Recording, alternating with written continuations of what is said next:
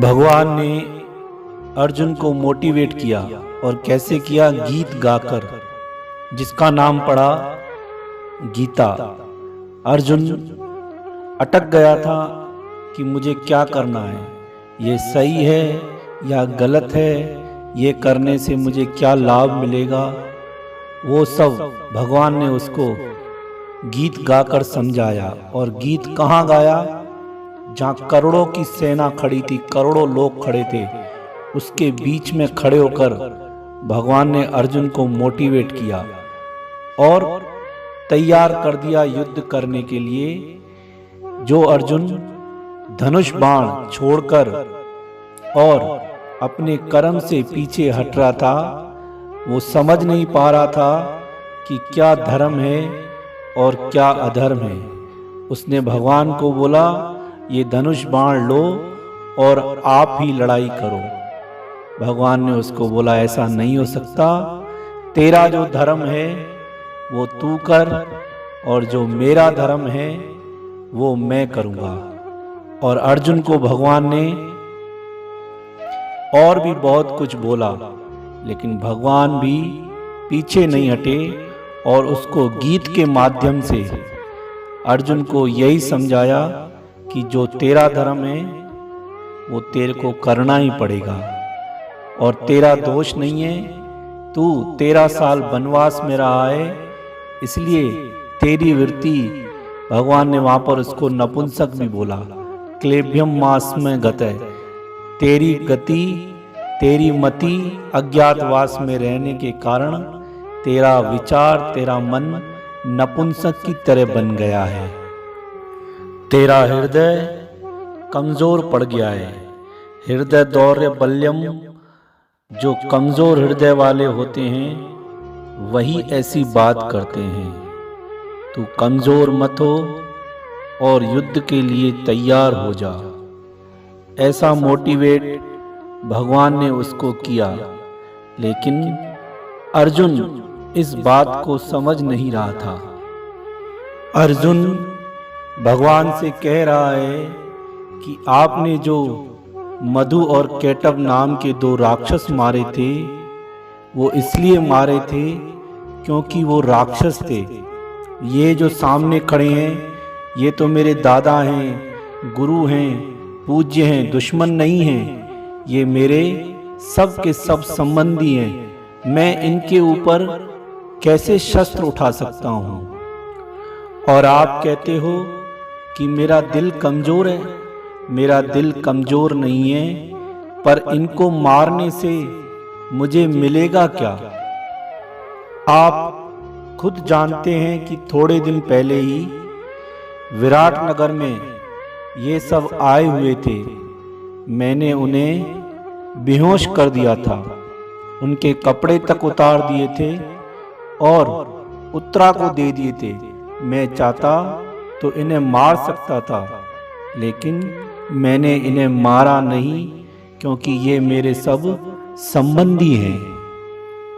लेकिन मुझे जिस राज्य की प्राप्ति होगी, जिस अर्थ और काम की प्राप्ति होगी, वह सब उनके खून से भीगा होगा।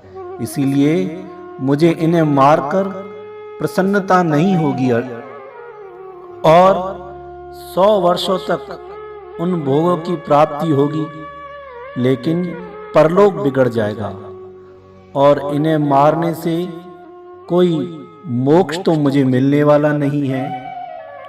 उल्टा पापों की गठरी अपने साथ लेकर जाऊंगा और जिस राज्य के लिए मैं लड़ाई कर रहा हूं, वह राज्य तो यहीं रह जाएगा।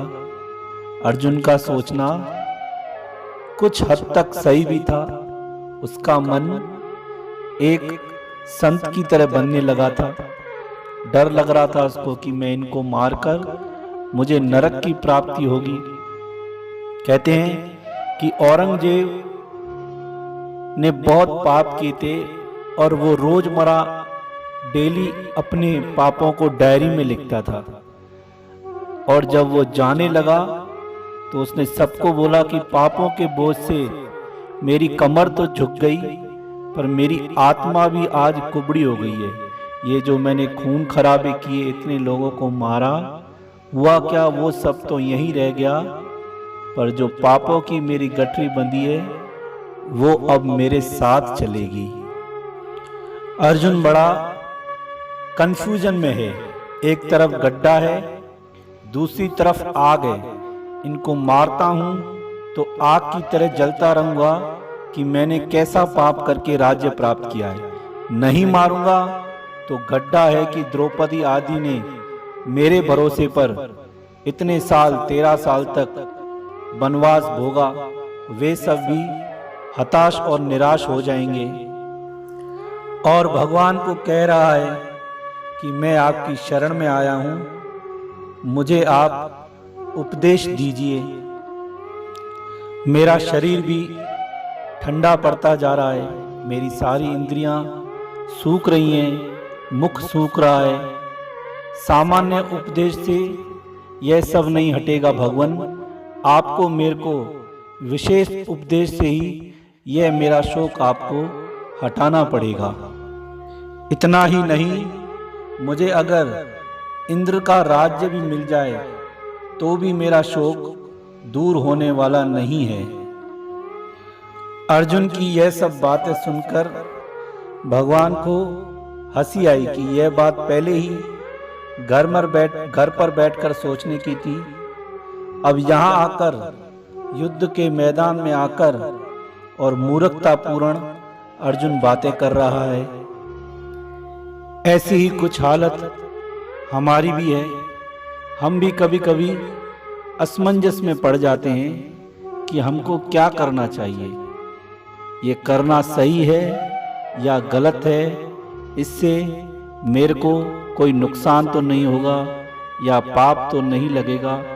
और इस अवस्था में हम असमंजस में पड़ जाते हैं। फिर कोई जो हमसे ज़्यादा होशियार हो वो हमको इस बात के लिए आगे बढ़ाता है कि डरो नहीं, डरने वाली बात नहीं है, कुछ नहीं होगा, आप ये काम करके देखो, आपको सफलता की प्राप्ति अवश्य होगी। जैसे भगवान ने अर्जुन को कहा कि तुम करो, तुम डरो नहीं, तुम्हें सफलता की प्राप्ति अवश्य होगी। ऐसे ही हम भी कोई भी कार्य करें उसको देखकर डरना नहीं चाहिए और कदम अपने पीछे नहीं आगे की तरफ बढ़ने चाहिए। डर लगता है लेकिन आज नहीं कल सफलता की प्राप्ति हो ही जाती है। तो जिस काम में हम होशियार हो, जिस काम में हमारी रुचि हो, हम वही काम करें। और अगर उस काम में कोई रुकावट आए और हमको लगे कि हम नहीं कर सकते हैं, तो अर्जुन और भगवान का संवाद देखना चाहिए कि कैसे अर्जुन को भगवान ने मोटिवेट किया और होशियार बनाया और अपने कार्य की तरफ उसको उठाकर, जगाकर, झिंझोड़कर और उसको उस कार्य में लगा दिया। हमारे साथ भी कभी कभी ऐसा होता है कि हम असमंजस में पड़ जाते हैं कि यह कार्य करना है या नहीं करना है। लेकिन जिस कार्य में हमको सफलता मिलने वाली हो, सही लगने वाला हो, सही कार्य हो, उस कार्य करने में कभी भी पीछे नहीं हटना चाहिए और ना घबराना चाहिए, क्योंकि हमको समझाने भगवान नहीं आएंगे। हमारा मन ही हमको भगवान बनाना है, जो हमको आगे की तरफ ले जाए, पीछे नहीं हटना है। अगर कार्य सही है तो उस कार्य करने में कोई भी हिचकिचाहट और घबराहट नहीं होनी चाहिए, उस कार्य को करना अवश्य चाहिए। लेकिन अगर डर गया तो समझो मर गया। डरना नहीं है, ये संसार है, जीवन का नाम ही संघर्ष है। जो संघर्ष करता है वो ही इस संसार रूपी नदी को पार कर सकता है। लेकिन जो डर गया, जिसने हथियार छोड़ दिए, तो उसका फिर इस संसार से पार जाना बहुत कठिन है। ये जो भयंकर नदी चल रही है संसार की, उससे पार होना बहुत मुश्किल हो जाएगा। हमको खुद ही अर्जुन बनना है और खुद ही कृष्ण बनना है, और तभी हम इसको पार कर पाएंगे। हमको समझाने कोई और नहीं आएगा।